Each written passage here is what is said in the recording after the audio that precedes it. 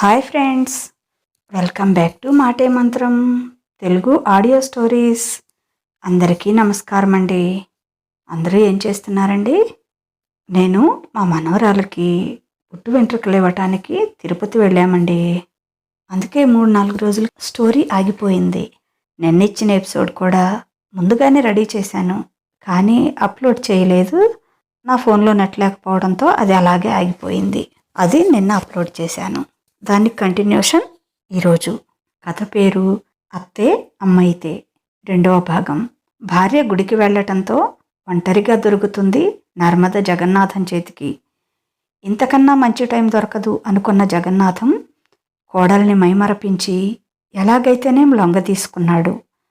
ఎన్నాళ్ల నుండో మగాడి సుఖానికి దూరంగా ఉన్న నర్మద తేలికగానే లొంగిపోయింది అతనికి. ఆ అనుభవం కోసం తపిస్తున్న ఆమె చీర పక్కకు లాగేసి లంగా కూడా తప్పించేశాడు. ఆమె తొడలు, కటి ప్రదేశం చేతితో నిమురుతూ ముద్దులు పెడుతూ ఆమెను మరింతగా రెచ్చగొట్టాడు. తమకంతో మెలికలు తిరిగిపోతూ గట్టిగా ఆయన మొహాన్ని తనకేసి అదుముకుంది. ఇదే అదనుగా ఆయన ఆమెలో చేరిపోయాడు. వయసు తాపంలో ఉన్న కోడలికి స్వర్గాన్ని చూపించాడు.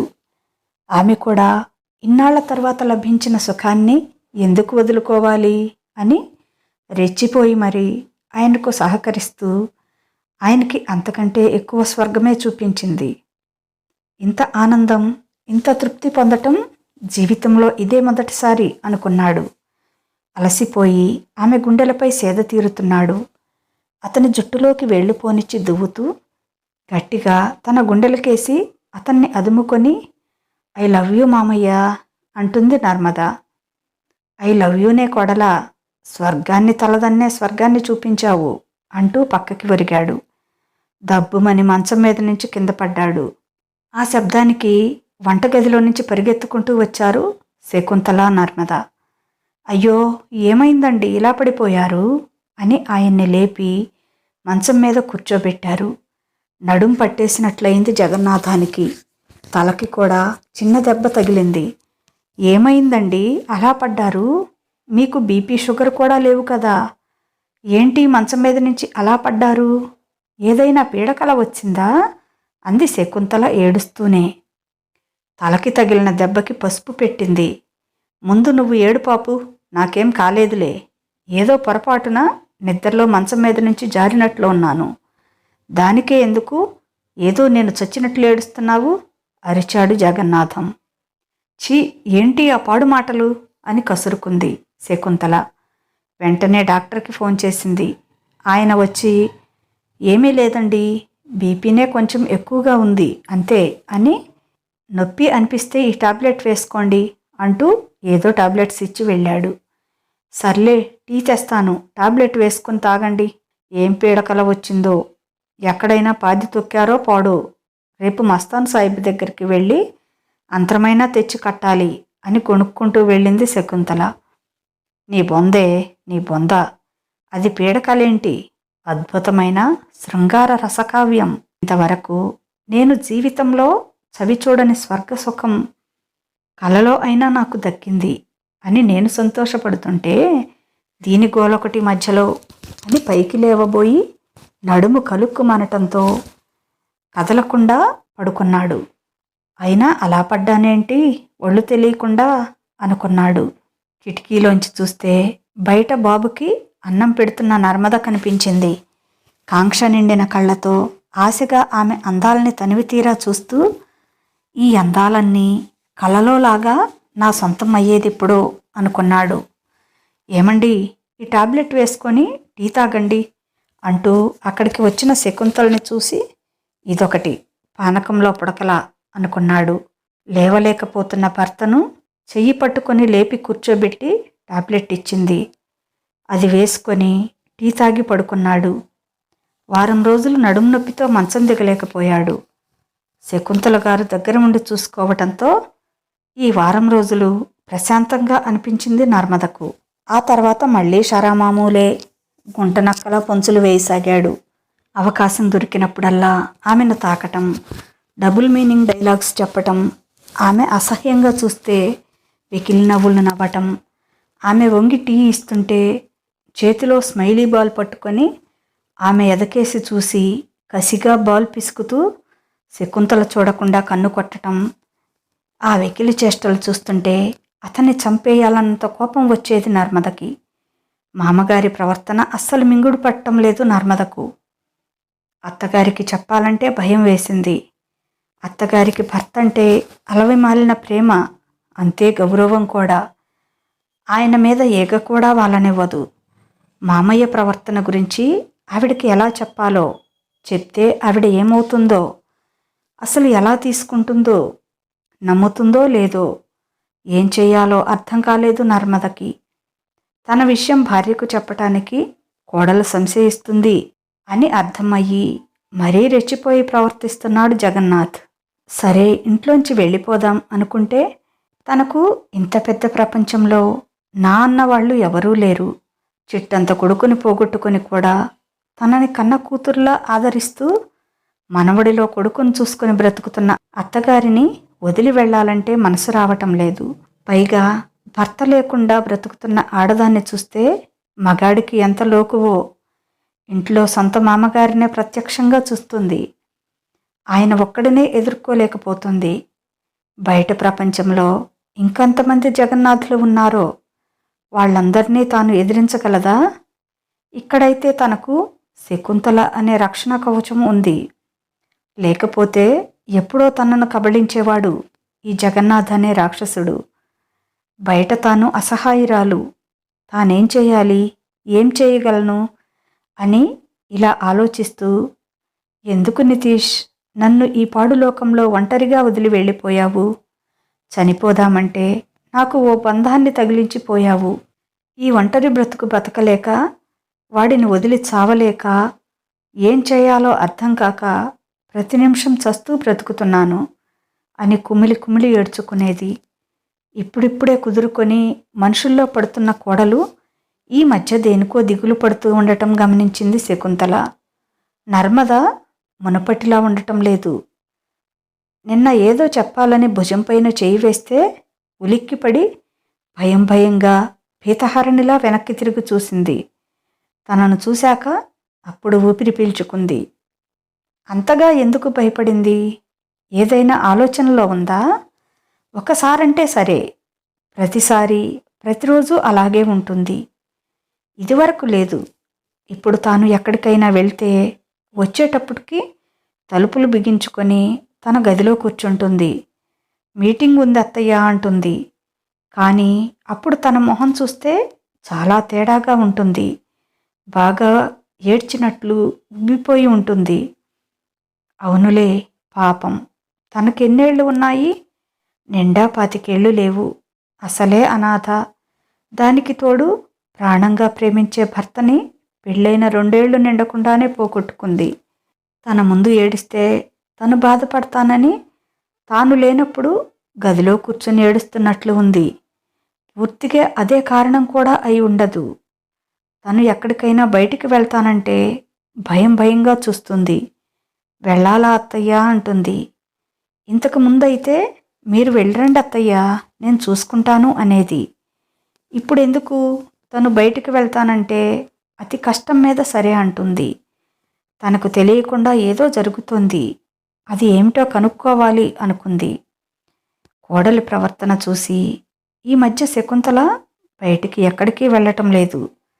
జగన్నాథ్కి పిచ్చెక్కినట్లు ఉంది. ఇదేంటి కొంపని పట్టుకొని వేలాడుతోంది, అస్సలు బయటికే వెళ్ళటం లేదు. కొంపతీసి కోడలు దానికి ఏమైనా చెప్పిందా ఏంటి అనుకున్నాడు. చెప్తే భద్రకాళిలా విరుచుకుపడదు. మొన్నెప్పుడో అంటుంది, కోడలు ఎందుకో చాలా దిగులు పడుతోందండి అని. ఇంత చిన్న వయసులో భర్త చనిపోతే దిగులు పడక సంతోషంగా ఉంటారంటే అని తాను కవర్ చేశాడు. అంతేనంటారా? అయితే మన కూతురే అనుకొని 2వ పెళ్లి చేద్దామా అంది. ఉలిక్కిపడి సర్దుకొని చూద్దాంలే, ఆ అమ్మాయి ఒప్పుకుంటుందా అన్నాడు. మనమే ఒప్పించాలండి. మన బిడ్డైతే అలాగే వదిలేస్తామా? అది దిగులు కూడా కాదండి, ఎందుకో భయపడుతోంది. ఎందుకో నాకు అర్థం కావటం లేదు అంది శకుంతల. భయం లేదు, నీ మొహం లేదులే, దిగులేలే. అని సర్ది చెప్పాడు. దీనికేదో అనుమానం వచ్చినట్లుంది. తొందరగా తన పని ముగించకపోతే తాను అనుకున్నది జరగదు అనుకున్నాడు. చిలక చేతికి చిక్కినట్లే చిక్కి తప్పించుకుపోతుంది. ఇది రెండో పెళ్ళి అందంటే చేసినా చేస్తుంది. అమ్మో అమ్మో, ఇంత అందం, అంత జీతం ఎవడి పాలో చేయాల్సి వస్తుంది. వీల్లేదు, ఎలాగైనా దీన్ని లొంగ తీసుకోవాలి. అప్పుడు చచ్చినట్లు ఇక్కడే పడి ఉంటుంది అనుకున్నాడు. కోడలు తన పెళ్ళానికి ఎలాగూ చెప్పలేదు. దీన్ని ఎక్కడికైనా పంపి దాన్ని లైన్లో పెట్టాలి అనుకున్నాడు. ఆయన ఆశ ఫలించింది. వాళ్ళ దగ్గర బంధువుల పెళ్ళి పక్క ఊర్లోనే. పోయిన సంవత్సరం వాళ్ళ పెద్దమ్మాయి పెళ్ళికి కూడా వెళ్ళలేకపోయారు, కరోనా ఎక్కువగా ఉండటంతో. మీరు వెళ్ళిరండి, అమ్మాయి అసలే ఎందుకో దిగులుగా ఉంటుంది, భయపడుతోంది. నేను తనకి తోడుగా ఉంటాను అంది శకుంతల. మతుండే మాట్లాడుతున్నావా? వాళ్ళు మనకు ఎంత దగ్గరి వాళ్ళు. ఈ పెళ్ళికి కూడా వెళ్ళకపోతే మన మధ్య బంధుత్వాలు దూరం అవుతాయి. ఒక పూటకి నీ కోడలికేమీ కాదులే, ఇద్దరం వెళ్ళి వద్దాం అన్నాడు. ఆయన మనసులో వేరే ప్లాన్ ఉంది. సరేనని ఇద్దరం వెళ్ళి పెళ్ళైన వెంటనే వస్తాం, భయపడకు, జాగ్రత్తగా ఉండు అని చెప్పింది కోడలికి. ఇద్దరూ వెళ్తున్నారనేటప్పటికీ మనసు తేలికపడింది నర్మదకి. అమ్మయ్య అనుకుంది. సరే అత్తయ్య, అన్నీ చూసుకొని నిదానంగానే రండి, నాకేమీ భయం లేదులే అని చెప్పింది. జగన్నాథం, శకుంతల ఇద్దరూ వెళ్ళటానికి రెడీ అయ్యారు. బాత్రూంకి వెళ్ళి వస్తానని చెప్పి వెళ్ళాడు జగన్నాథ్. బాత్రూం నుంచి పెద్ద శబ్దం. అమ్మా అని జగన్నాథ్ గొంతు ఒకేసారి వచ్చింది. ఏమిటా అని అత్తాకోడలిద్దరూ పరిగెత్తారు. బాత్రూం దగ్గర పడిపోయి ఉన్నాడు జగన్నాథ్, లేవలేకపోతున్నాడు. శకుంతల, నర్మదా వచ్చి ఆయన చెరోపక్క పట్టుకొని లేపారు. ఏంటండి, ఏమయ్యింది? ఎక్కడైనా దెబ్బ తగిలిందా? ఏంటి అలా పడ్డారు అని టెన్షన్ పడుతూ అడిగింది శకుంతల. కాలు జారిందే, పెద్ద దెబ్బేమీ తగల్లేదు అంటూ అడుగు వేయబోయి అబ్బా అన్నాడు. కాలు బెణికినట్లుంది, నడవటానికి వీలవటం లేదు అన్నాడు. ఇద్దరూ చెరొక పక్కా పట్టుకొని బెడ్ దగ్గరికి తీసుకువెళ్తున్నారు. ఇద్దరి భుజాల మీద చేతులు వేసి నడుస్తున్న జగన్నాథ్ కోడలి భుజాన్ని రుద్ది చేత్తో చిన్నగా నొక్కాడు. అబ్బా నొప్పి అంటూ ఆమె వైపు చూసి చిన్నగా కన్ను గీటాడు. అవాక్కైంది నర్మద. ఆమె ముఖం ఒక్కసారిగా మ్లానమయ్యింది. అయ్యో, ఏమైందండి మీకు ఈ మధ్య? మొన్న అలా మంచం మీద నుంచి పడ్డారు, ఈరోజు ఇలా జారి పడ్డారు అని ఏడుస్తోంది శకుంతల. ఏయ్, నోరు ముయ్యవే, ఎందుకు ప్రతిదానికి అలా ఏడుస్తావు? ఇప్పుడేమైంది? కాలు జారింది అంతే కదా. నా కాలు ఏమైనా విరిగిందా? కొంచెం మెలికపడింది, కాస్త జెండు బాం రాస్తే తగ్గిపోతుంది. దానికెందుకు కాలు విరిగినట్లు ఓ అని ఏడుస్తావు అని అరిచారు. వెళ్ళి జెండు బాం సీసా తెచ్చింది. రాయబోతుంటే అది ఆమె చేతిలోంచి లాక్కొని, నేను రాసుకుంటాను కానీ ఇక నువ్వు బయలుదేరు, ఇప్పటికే లేట్ అవుతుంది అన్నాడు. మీరు వెళ్ళాలా అత్తయ్యా అంది మాటలు కూడా తీసుకొని నర్మద. మామయ్యకి ఇలా ఉంటే నేనెక్కడికి వెళ్ళేది? నేను వెళ్ళను అంది శకుంతల. నోరు మూసుకొని వెళ్ళు, నాకేమీ కాలేదు. ఇదేముంది, చాలా చిన్న దెబ్బ, కాలు మెలిక పట్టడంతో అడుగు పట్టడం లేదు, అంతేకాని ఇదేమంత పెద్ద నొప్పి కూడా కాదు. పెళ్లిలో కుంటుతూ నడిస్తే అందరూ ఏమైంది అని అడుగుతారనే కానీ, లేకపోతే నేను కూడా వచ్చేవాడిని. ఆ అమ్మాయికేం తెలుసు? బంధుత్వాలు పోతే మళ్ళీ వస్తాయా? ఎవరమూ వెళ్ళకపోతే వాళ్ళేమనుకుంటారు? ఇక మళ్ళీ మన ఇంటి మొహం చూస్తారా అన్నాడు గట్టిగా. ఇక తప్పలేదు శకుంతలకి. భయంగా, బేలగా, నీళ్లు నిండిన కళ్ళతో చూస్తుంది నర్మద వెళుతున్న శకుంతలని.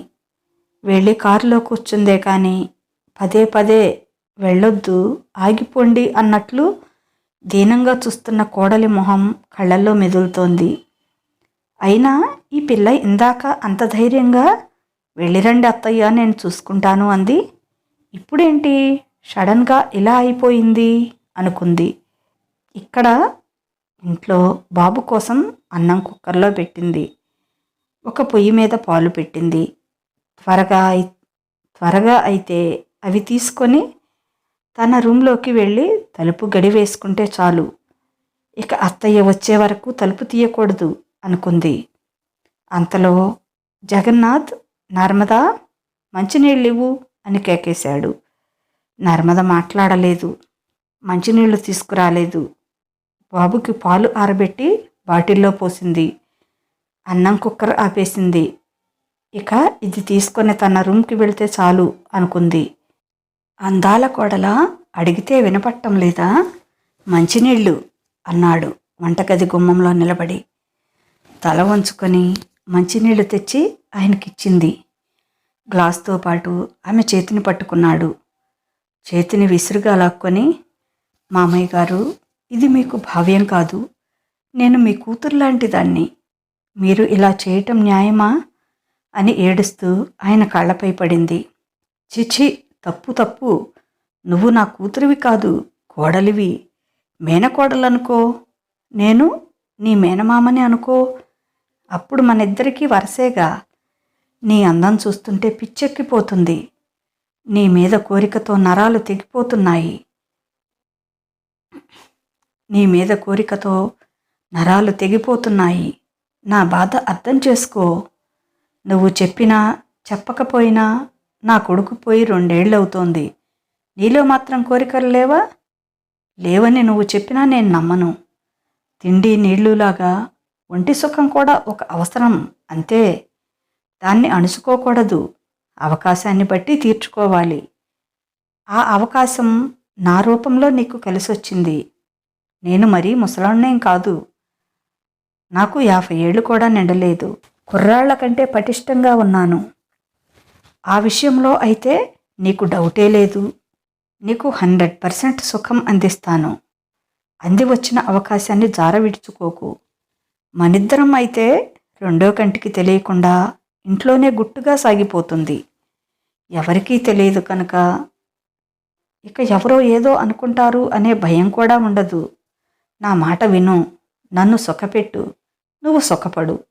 అలా కాదు అన్నావా, నేనైతే నిన్ను వదలను. బలవంతంగానైనా నిన్ను అనుభవించి తీరుతాను. ఈ మాట మీ అత్తకి చెప్పావంటే అది గుండె పగిలి చస్తుంది. అందుకే నువ్వు దానికి చెప్పవని కూడా నాకు తెలుసు. మన మధ్య ఈ బలాత్కారాలు అవసరమా చెప్పు? మొన్న నువ్వు నా కలలోకి వచ్చి నాకు అనుకూలంగా మసలుతూ రెచ్చిపోయి సెక్స్ చేశావు. నాకు ఎంత సుఖం ఇచ్చావో తెలుసా? నా ఇన్నేళ్ల జీవితంలోనే నేను అంత సుఖం పొందలేదు. మీ అబ్బాయి కూడా నన్ను ఇంతగా ఎప్పుడూ సుఖపెట్టలేదు అని చెప్పావు.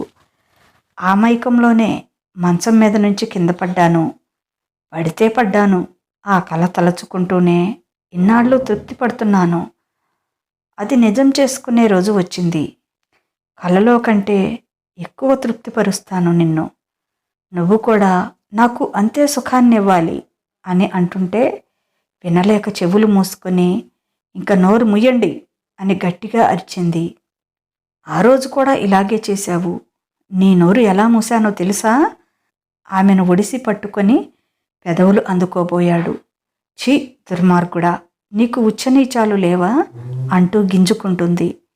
ఆయన పట్టు ఇంకా బిగించాడు. రాక్షసుడా, నన్ను వదులు, లేకపోతే గట్టిగా అరుస్తాను అంది. అరువు, ఈ ఊళ్ళో ఎవరు నన్ను చెడుగా అనుకోరు. నువ్వే నన్ను కోరుకుంటున్నావని, నేను తప్పని చెప్తే నా మీద నింద వేస్తున్నావని చెప్తాను. ఇక్కడ నా మాటే చెల్లుబాటు అవుతుంది. నువ్వు వయసులో ఉన్నావు కనుక అందరూ నా మాటే నిజం అని నమ్ముతారు. నీ మొహాన ఉమ్మేస్తారు నా మీద నింద వేసినందుకు. మీ అత్తతో సహా అందరూ నిన్ను ఊరి నుంచి వెలివేస్తారు. నువ్వు ఇక్కడి నుంచి బయటికి వెళ్తే నిన్ను లొంగ తీసుకోవటం నాకు ఇంకా తేలిక. ఇక్కడ మీ అత్తను చూసి కొంత కంట్రోల్గా ఉండాల్సి వస్తుంది. అదే బయట అయితే నాకు ఏ అడ్డు ఉండదు. నిన్ను లొంగ తీసుకోవటం నిమిషం పని నాకు అన్నాడు. ఆమెను ఇంకా గట్టిగా కౌగిలించుకుంటూ అందిన చోటల్లా ముద్దులు పెడుతున్నాడు. నర్మదకి అసహ్యం వేస్తుంది అతని మాటలకి, చేసే పనులకి. ఆయన తన్ని తాకుతుంటే ఒళ్ళంతా కంపరంగా ఉంది. ముందు ఆయన కబంధ హస్తాల నుంచి తప్పించుకోవాలి. ఎలా అని ఆయన భుజం మీద గట్టిగా కొరికింది. అబ్బా రాక్షసి, అబ్బా రాక్షసి అంటూ భుజం తడుముకున్నాడు. చేతులు వదలటంతో ఇదే అదను అని అక్కడి నుంచి పరిగెత్తుకుంటూ రూంలోకి వెళ్ళి తలుపులు వేయబోయింది. ఆయన కూడా ఆమె వెంటే పరిగెత్తాడు. బలమంతా ఉపయోగించి తలుపుల్ని నెట్టాడు. ఆ విసురుకి నర్మద వెళ్ళి బెడ్ పైన పడింది. ఎంత పొగరే నీకు! నీ మీద ఉన్న ఇష్టంతో నిన్ను బలాత్కారం చేయటం ఎందుకులే అనుకున్నాను. ఇందాకటి నుంచి నచ్చ చెప్తుంటే నీకు నేను చేతకాని వాడిలా కనిపిస్తున్నానా అంటూ బెడ్ దగ్గరికి వెళ్ళాడు. వద్దు మామయ్య, ప్లీజ్ మామయ్య, నేను నీ కూతురు లాంటి దాన్ని. వద్దు మామయ్య, తప్పు, ఇంత పాపం చేయవద్దు, ప్లీజ్ మామయ్య అంటూ బతిమలాడుతూనే ఉంది. నీకు మామూలు మాటలతో చెప్తే ఆనదే అని ఒక్కసారిగా ఆమె చీర పట్టుకొని లాగాడు. సిగ్గుతో చచ్చిపోతూ గువ్వలా ముడుచుకుంది. ఆహా, ఏం అందమే నీది! ఏం పెట్టి చేశాడే ఆ బ్రహ్మ నిన్ను! ఈ ఒంటి మెరుపు ఎక్కడా చూడలేదు. చంపేస్తున్నావు కదే నీ అందంతో నన్ను. అందుకేనేమో అనాథ అయినా నిన్ను వదల్లేదు నా కొడుకు. మమ్మల్ని అయినా వదిలేస్తా అన్నాడు. ఇంత అందం ఏ మగాడు వదులుకుంటాడు అంటున్నాడు ఆమె నడుముని పట్టుకుని ఒత్తుతూ. ఎలాగైనా తప్పించుకోవాలని గింజుకుంటోంది ఆమె. ఇంకా గట్టిగా పట్టుకున్నాడు ఆమెను కదలనివ్వకుండా. నిన్ను ఆస్వాదిస్తూ అనుభవించాలి అనుకున్నా, కానీ నువ్వు అలా వినటం లేదు. నిన్ను బలాత్కారం చేయమనే నన్ను ప్రోత్సహిస్తున్నావు. నీకు అలా అయితేనే బాగుంటుందేమో అంటూ పశువులా ఆమె మీద పడబోయాడు. అంతలో వెనక నుంచి ఆయన షర్టు కాలర్ పట్టుకొని వెనక్కి లాగారు ఎవరో బలంగా. ఇదండి ఈరోజు కథ. ఎలా ఉంది? మీకు నచ్చిందా? ఇంతకీ ఎవరంటారు ఆ పశువుని అలా వెనక్కి లాగింది? అది ఎవరో మీరు ఊహించి చెప్పండి. ఎలాగైతేనేం నర్మద ఆ పశువు బారి నుంచి ఆ రోజుకైతే రక్షించబడింది. ఇంతకీ ఆ అజ్ఞాత వ్యక్తి ఎవరో మీరు ఊహించండి. ఈ రోజుకైతే నర్మద ఆ పశువు నుంచి రక్షించబడింది. మరి జీవితాంతం ఎలా, ఏం జరుగుతుందో ముందు ముందు ఎపిసోడ్స్లో చూద్దాం. ఈ కథ కనుక మీకు నచ్చినట్లయితే తప్పనిసరిగా ఒక లైక్ ఇవ్వండి. అలాగే ఈ కథ పైన మీ అమూల్యమైన అభిప్రాయాన్ని ఓ చిన్న కామెంట్ ద్వారా తెలియజేయండి. మన మాటే మంత్రం ఛానల్ని సబ్స్క్రైబ్ చేసుకోండి. మీకు నచ్చిన వారికి షేర్ చేయండి. ఇక ఉంటాను. బాయ్. మీ లక్ష్మి.